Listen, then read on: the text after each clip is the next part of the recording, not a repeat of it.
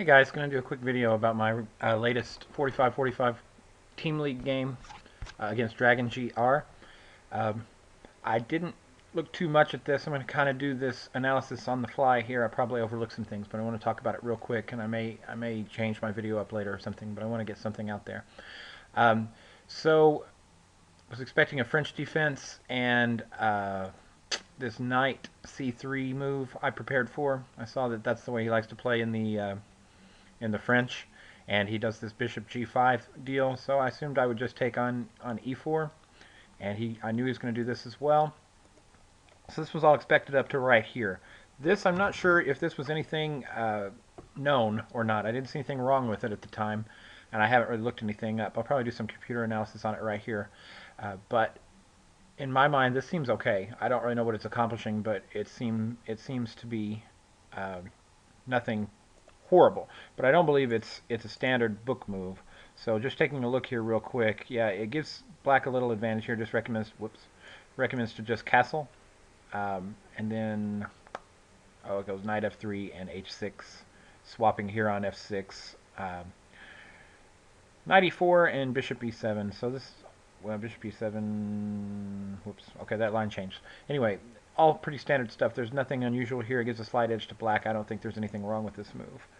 Uh, I wanted to go ahead and attack the center, and here is the idea here. It's if he goes ahead and takes this, then I have queen a5 check, and whatever, might play the bishop back, or something like c3, and then I take here. So here I've got one central pawn, and he has no central pawns. So I thought this was at least something. I've got a little attack on his bishop here, nothing major, nothing to worry about, but maybe at least a little something. I don't really see any way that he can gain any initiative on me using the queen to attack. Even this is not going to work because of the knight on f6. So I think this is okay for me. I might be able to move the queen over here, get some pressure here. There's just all kinds of things that are possible here. Probably going to quickly castle. But I don't see anything wrong with this. You might look at something like this, but this doesn't really do anything. To my knowledge, I don't know if this is good or bad. It looks, it looks slightly concerning. I would probably look at this a little bit deeper. Maybe something instead of that, like this, and then I don't think I have anything to worry about. Maybe he can pile up here. So I didn't look too much at this line. I definitely didn't look at it before the game, but I wanted to attack his center, so that's what I went ahead and did. If anybody has any comments about that queen a5 stuff, and then his returning queen a4 check and the pile up on c6, that'd be kind of an interesting thing to look at. But here's what I had, and I was anticipating him swapping in the middle, but he just went ahead and protected, which I wasn't expecting, quite honestly. So went ahead and swapped, and then I looked at this d5, queen d5 move. Now, queen d5 has a couple of things that I like about it. One is it's protected pretty well. The queen's protected pretty well in the center with the knight and the pawn, so there aren't any discovery tricks with the knight. It puts a little bit of pressure on g2. However, that'll become an issue a little bit later, and it attacks his g5 pawn or bishop. So the problem here is that I was thinking his light square bishop couldn't develop very well. He might have things like c4 that he could do in response to that. So I was looking at this, but he can't do c4 immediately, or he's going to lose his bishop. So this is what I was looking at. Maybe this queen could have some nice influence in the center here. Is kind of what I was thinking. So he retreats his bishop, which is fine. I went ahead and castled, which I thought was necessary.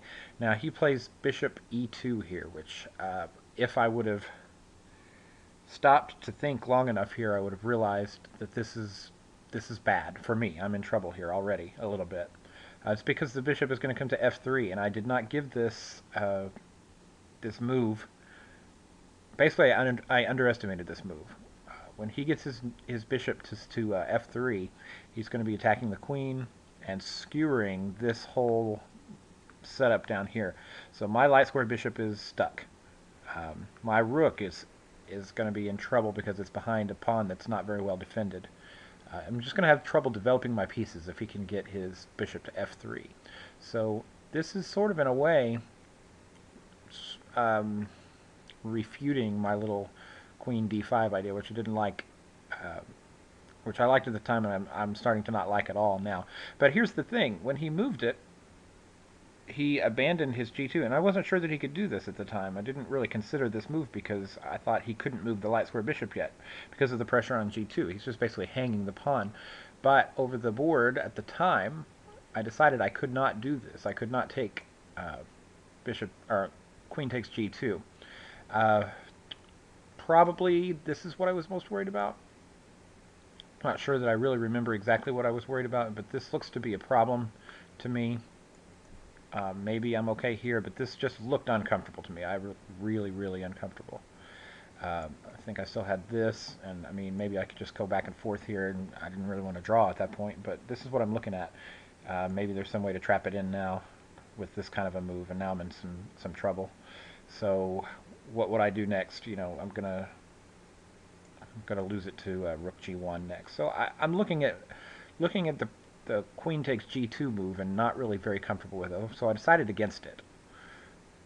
And this was I think a pivotal moment in the game. I was not anticipating this little bishop maneuver out to f3 as being something as being possible because of the pressure on g2. However, it turns out that it was, and I didn't see that.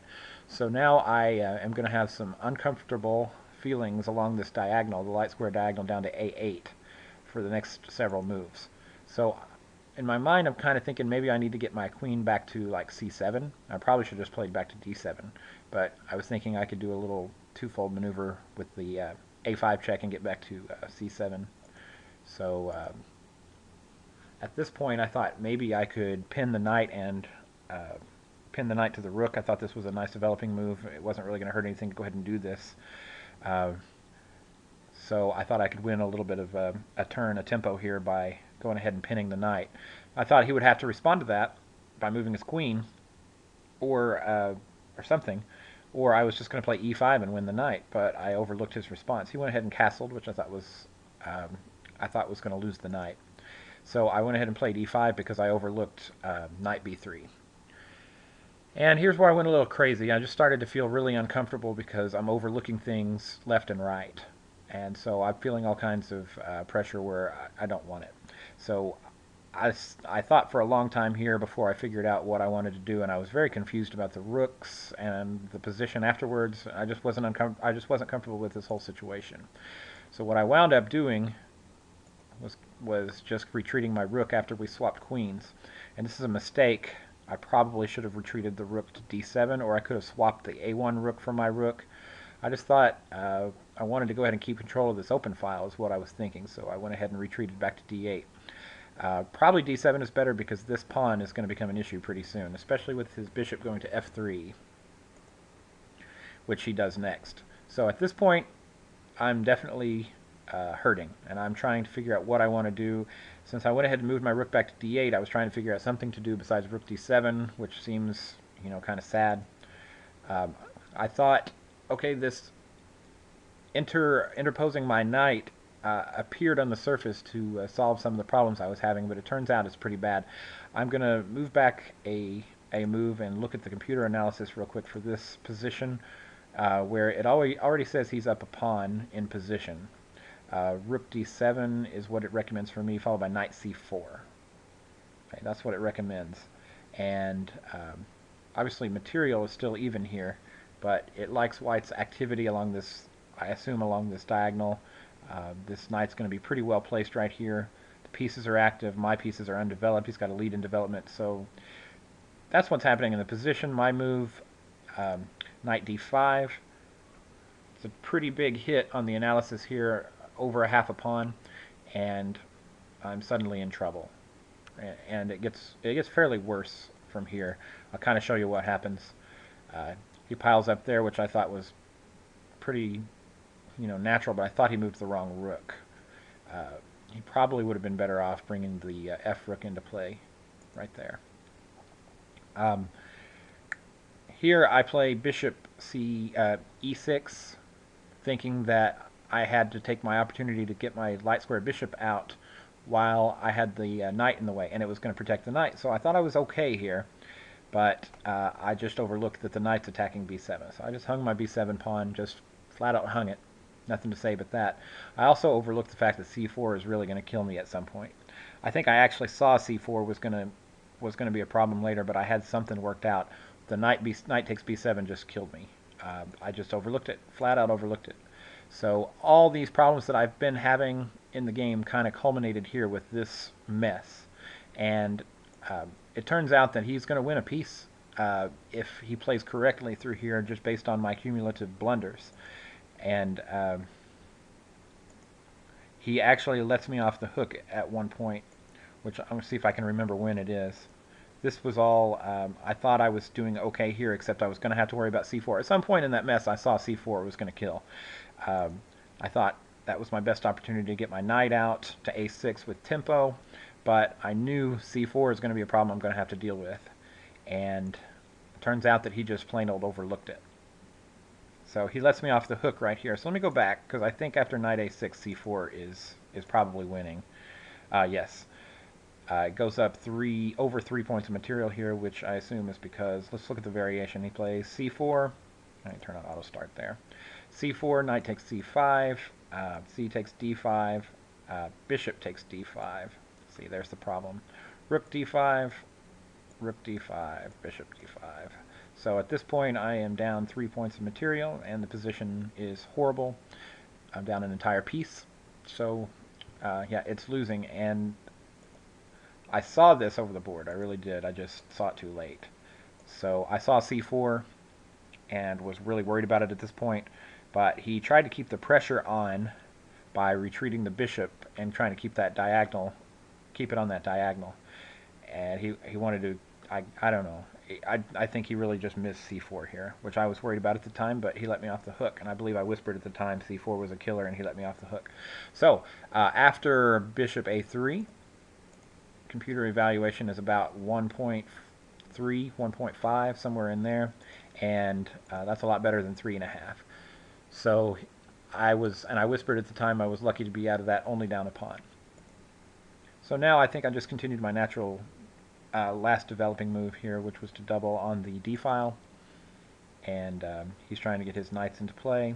I'm trying to make my knights active. I'm trying to reactivate my a6 knight. And I think I whispered at the time I had some sort of a plan like knight c7 and then knight up to d5 and kind of connect my knights. And I didn't think that he could really play g3 because I would have knight h3 or some things with bishop h3. I didn't think he wanted to weaken the light squares around his king like that with my light square bishop roaming. Later on he does play g3, and I think he overlooks a little bit there, and then later on actually just completely blunders. But most of the stuff that happens here I think was pretty normal. He's got his knight in there. Here I was a little bit worried about him eventually getting the pawn up to c5 and just kind of rooting that sucker in on my 6th rank, but he actually hung his a2 pawn when he did that. And that evens up material, but my position is still bad, and he's got these 2 bishops on the wide open board. So even though I was able to snatch the material back right here, I was definitely still very, very uncomfortable. And let's see what the computer evaluation says at this point. Yeah, I mean, it still gives him 1.1 or 1.2 or so, which is purely on position here because the material is completely even. So the bishops are worth a lot. The advanced knight that I can't really kick out easily is worth a lot. His pawn structure is probably just a little bit better than mine, even though I've got the kingside majority. He has a passed pawn. So there are several things there that are... I also have back rank weaknesses, by the way. So there's several things right there that could be considered big pluses for white, and I don't have a whole lot. So I'm very uncomfortable still. I was happy to trade off one of the 2 bishops that he has, so I thought this was a little bit of a waste of time for him. Gets my bishop right back into the middle of things because he's not going to swap here, at least if he's thinking strategically. He should really keep his 2 bishop advantage. So I was happy to do this. I thought this was good for me, and he realized he shouldn't do that. Now I'm working on getting my knight back into the game. He's working on keeping his knight rooted, which I can just kind of interpose my knight into the way. And here's where I was initially a little worried. I thought, okay, I didn't think he could play G3 because of those things I was talking about. However,